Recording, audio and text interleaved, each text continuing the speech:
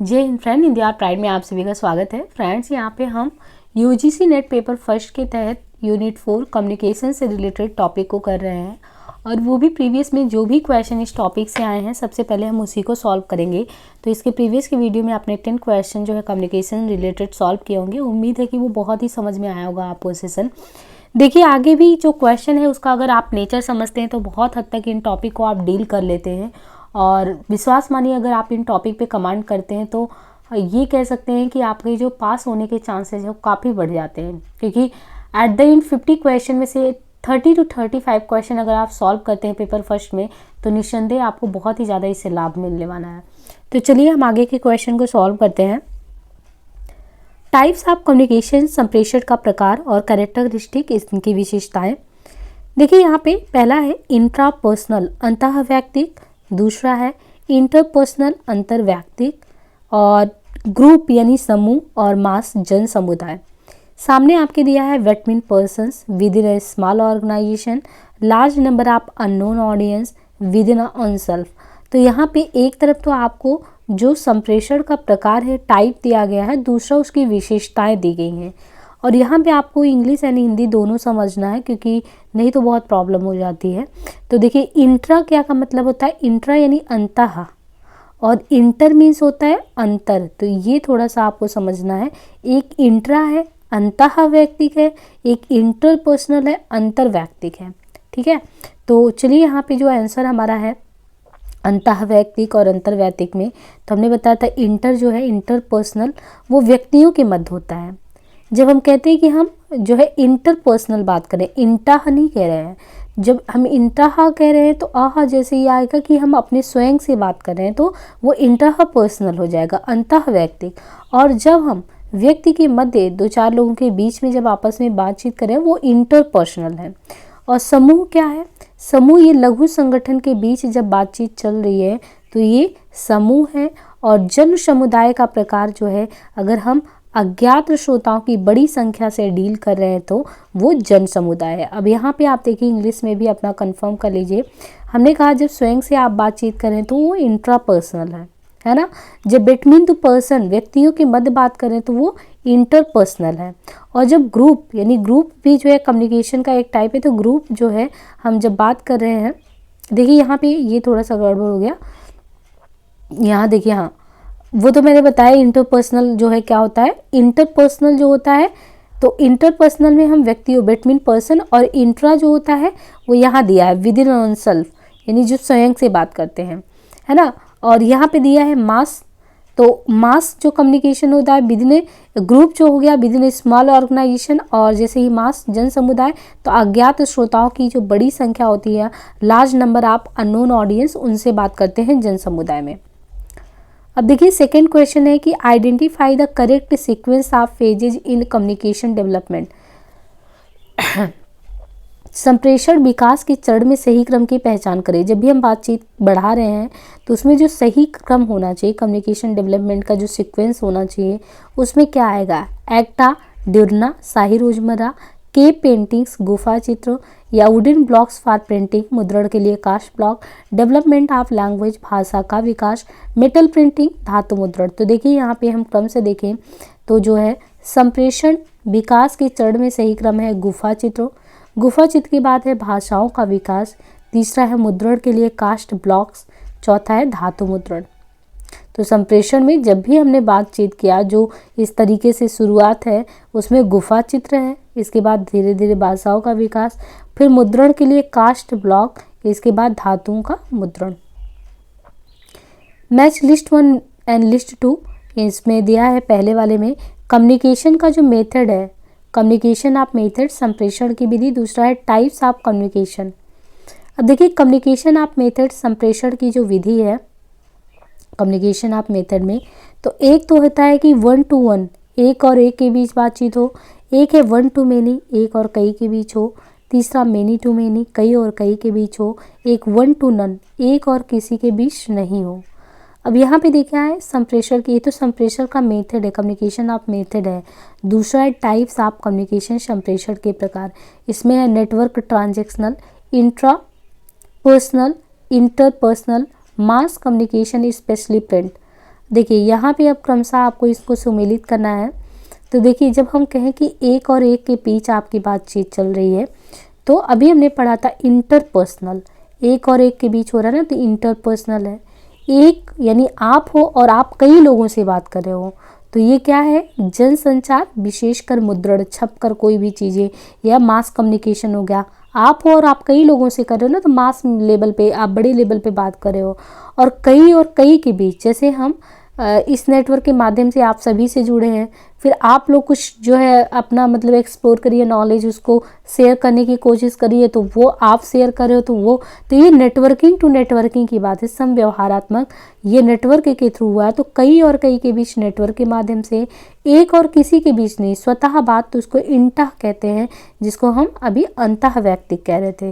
तो ये आपको समझना है, अंतर्वैयक्तिक मास कम्युनिकेशन नेटवर्किंग क्या है और अंतरावैयक्तिक क्या है। आत्माओं और पूर्वजों से बातचीत करने को क्या कहते हैं? आत्माओं और पूर्वजों से जो बातचीत करते हैं उसको क्या कहते हैं? उसको ट्रांसपर्सनल कम्युनिकेशन कहते हैं। आत्मा और पूर्वजों से बातचीत करने को ट्रांसपर्सनल कम्युनिकेशन कहते हैं। यह पहचान या आत्मा की भावना ट्रांस व्यक्तिगत या मानव जाति, जीवन, मानस या ब्रह्मांड के व्यापक पहलुओं को शामिल करने के लिए व्यक्तिगत परे से फैली हुई है। यह मनोविज्ञान की आधुनिक शाखा ट्रांसपर्सनल साइकोलॉजी से जुड़ा हुआ है।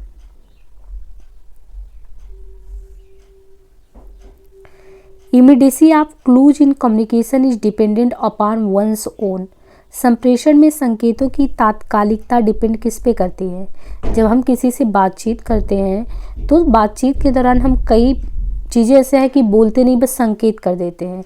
तो इमीडिएसी ऑफ क्लूज, जो क्लूज देते हैं in communication depend upon one's own, ये इकोनॉमिक प्रेफरेंसेस पे, आर्थिक प्राथमिकता पर डिपेंड करता है, या सांस्कृतिक पृष्ठभूमि पर डिपेंड करता है, यानी कल्चरल बैकग्राउंड पे, या फिजिकल फिटनेस पे, शारीरिक स्वास्थ्य पे, या सोशल एक्सपेक्टेशंस पे, सामाजिक अपेक्षाओं पे। तो जब भी हम किसी से बातचीत करते हैं तो अपने हाव भाव प्रकट करते हैं। ये हाव भाव कहीं ना कहीं हमारी कल्चर की जो इंटेंसिटी है उसको दिखाता है। तो ये हमारी सांस्कृतिक पृष्ठभूमि पर डिपेंड करता है। संप्रेषण में, बातचीत में संकेतों की तात्कालिकता किसी के सांस्कृतिक पृष्ठभूमि पर डिपेंड करता है, जिसके कारण कोई भी संचार में, जैसे आप किसी से मिले, बातचीत नहीं की, इसके पहले अपने हाथ जोड़ लिया, तो आपने उसको नमस्कार का अभिवादन किया, तो कहीं ना कहीं ये आपकी कल्चर को शो करता है। तो संप्रेषण में जब भी संकेतों की तात्कालिकता किसी के सांस्कृतिक पृष्ठभूमि पर डिपेंड करता है, जिसके कारण कोई भी संचार में अपने व्यवहारों का प्रदर्शन कर सकता है, जो संचार के सौहार्दपूर्ण और सकारात्मक खुलेपन को दर्शाता है।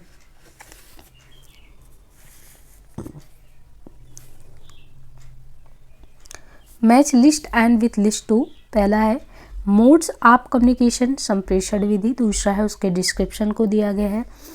मोड्स ऑफ कम्युनिकेशन यानी संप्रेषण विधि में जो हम बातचीत करने का तरीका अख्तियार करते हैं उसमें पब्लिसिटी यानी प्रचार, एक होता है प्रोपेगेंडा, बहुत ज़्यादा ये सब सुनने में आता है, प्रोपेगेंडा चला रहे हैं। दूसरा एडवर्टाइजिंग।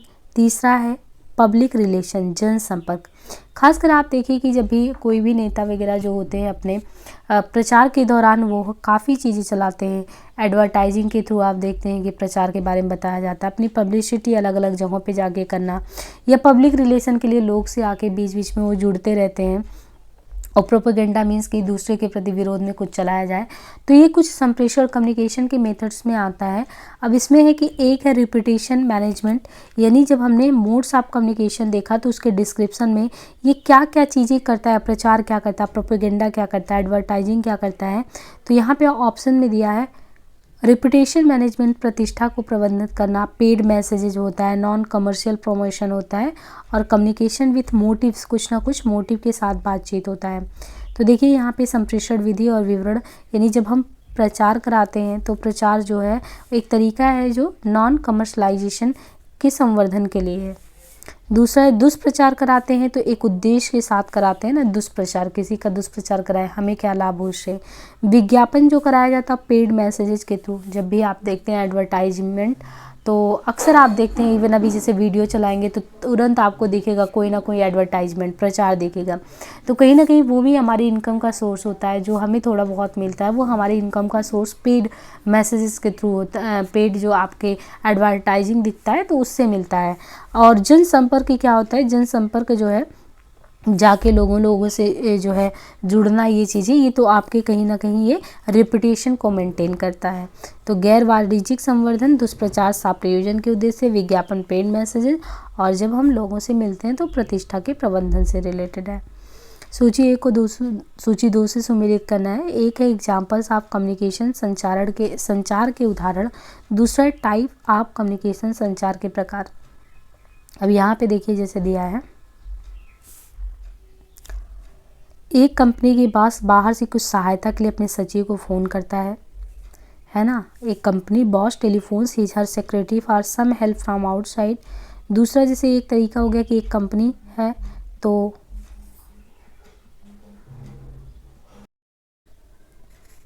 कंपनी की बॉस, यानी एक कंपनी की बॉस बाहर से कुछ सहायता के लिए अपने सचिव को फ़ोन करता है, या एक कंपनी अपने कर्मचारियों के लिए दिशा निर्देशों का परिपत्र जारी करती है। दूसरा, कर्मचारी कुछ मुद्दों पर आपस में चर्चा करते हैं। तो ये है कि एक कंपनी अपने खुदरा और थोक विक्रेताओं को औपचारिक पत्र भेजता है। तो देखिए यहाँ पे ये जो दिया है एग्जाम्पल ऑफ कम्युनिकेशन, संचार के अलग अलग उदाहरण, और टाइप्स ऑफ कम्युनिकेशन यानी संचार के प्रकार में मार्केटिंग कम्युनिकेशन यानी विपणन संप्रेषण, हॉरिजॉन्टल कम्युनिकेशन क्षैतिज वर्टिकल हो गया, इनफॉर्मल कम्युनिकेशन अनौपचारिक संप्रेषण। अब यहाँ पे देखिए दिए गए विकल्पों में से सही का चयन करना है हमें। जब भी देखें कि एक कंपनी के बॉस बाहर से कुछ सहायता के लिए अपने सचिव को फ़ोन करता है तो इसको कहते हैं अनौपचारिक संप्रेषण। यानी एक कंपनी का जो बॉस है वो बाहर से कुछ सहायता के लिए अपने सचिव को फ़ोन करता है तो उसको अनौपचारिक संप्रेषण कहते हैं। एक कंपनी अपने कर्मचारियों के लिए दिशा निर्देशों का सर्कुलर जारी करता है, उसको ऊर्ध्वाधर संप्रेषण कहते हैं। कर्मचारी कुछ मुद्दों पर आपस में चर्चा करता है तो उसको क्षैतिज संप्रेषण कहते हैं। एक कंपनी अपने खुदरा और थोक विक्रेताओं को औपचारिक पत्र भेजता है तो उसको विपणन संप्रेषण कहते हैं। रिफ्रेमिंग इन कम्युनिकेशन मीन्स, यानी संप्रेषण में जो है पुनर्कथन का क्या मतलब होता है। तो देखिए रिफ्रेमिंग इन कम्युनिकेशन मीन्स क्या होता है, एम्प्लॉयमेंट ऑफ न्यू मेटाफोर्स, नए रूपकों का अनुप्रयोग। देखिए नए रूपकों का अनुप्रयोग का क्या, यहाँ से देखें तो नए रूपकों का अनुप्रयोग संप्रेषण में पुनर्कथन का तात्पर्य नए रूपकों का अनुप्रयोग होता है। पुनर्कथन के द्वारा व्यक्ति किसी वार्तालाप में नया मुद्दा ला पाता है या वार्तालाप के मुद्दे को पूरी तरह से बदल देता है। The emergence of media of communication in chronological sequences, संप्रेषण मीडिया के अभ्युदय का कालक्रम क्या है। Radio, newspaper, film, television, internet. तो यहाँ पे देखिए जो संप्रेषण मीडिया के अभ्युदय के कालक्रम में देखें तो समाचार पत्र, इसके बाद फिल्म है, फिर रेडियो है, टेलीविज़न है, फिर इंटरनेट है। Which of the following are true in respect of communication, संप्रेषण के संबंध में या निम्नलिखित में से कौन से सही हैं। फिल्टरिंग प्रोसेस, छनन प्रक्रिया, बैरियरलेस प्रोसेस, अवरोध रहित प्रक्रिया, लाइफ लॉन्ग प्रोसेस, जीवन पर्यंत प्रक्रिया, यूनिवर्सल प्रोसेस, सार्वभौमिक प्रक्रिया, कलेक्टिव प्रोसेस, सामूहिक प्रक्रिया। तो दिए गए विकल्पों में देखें तो संप्रेषण एक प्रकार का क्या है, संप्रेषण एक जीवन पर्यंत चलने वाली सार्वभौमिक और सामूहिक प्रक्रिया के तहत आता है। तो उम्मीद है कि यहाँ पे हमने 10 क्वेश्चन कंप्लीट किए। बाकी हम मिलते हैं नेक्स्ट पार्ट में। धन्यवाद।